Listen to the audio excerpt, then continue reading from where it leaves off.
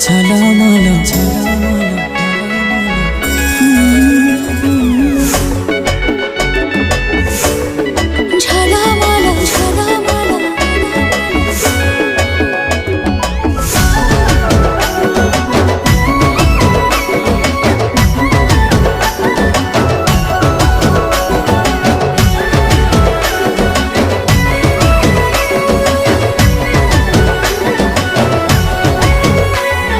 पतली कमर देखे रे मुहेली पागल तो पतली कमर देखे रे मुहेली पागल